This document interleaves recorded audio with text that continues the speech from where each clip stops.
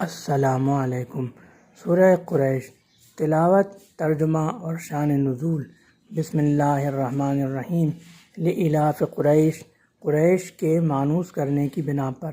الافہم رحلۃ الشتاء والصیف، یعنی جاڑے اور گرمی کے سفروں سے۔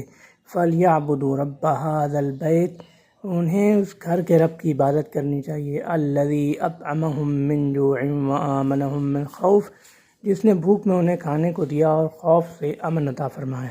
یہ ترجمہ تفہیم القرآن، ترجمہ فہم القرآن سے ماخوذ ہے، اور شان نزول تفسیر طبری اور تفسیر ابن کثیر کے مطابق یہ ہے کہ قریش مکہ چونکہ حرم مکہ کے متولی تھے، لہذا انہیں ہر جگہ عزت حاصل تھی۔ تجارت کے لیے ان کے قافلے سردی میں یمن اور گرمی میں شام بغیر کسی روک ٹوک کے، بغیر کسی مشکل کے جاتے تھے۔ اسی بنیاد پر اللہ تعالیٰ نے سورہ قریش میں ان سے مخاطب ہو کر فرمایا کہ اے قریش، تمہیں یہ عزت، یہ امن اور یہ فارغ البالی، یہ دولت، یہ سب اللہ کی وجہ سے حاصل ہے، اللہ کے کرم سے حاصل ہے۔ تو اس کے باوجود تم بتوں کی پرستش کرتے ہو، بتوں کی پوجا کرتے ہو، تو میں تو چاہیے کہ تم اللہ کا شکر ادا کرتے ہوئے صرف اسی کی عبادت کرو، اس میں کسی کو شریک نہ ٹھہراؤ۔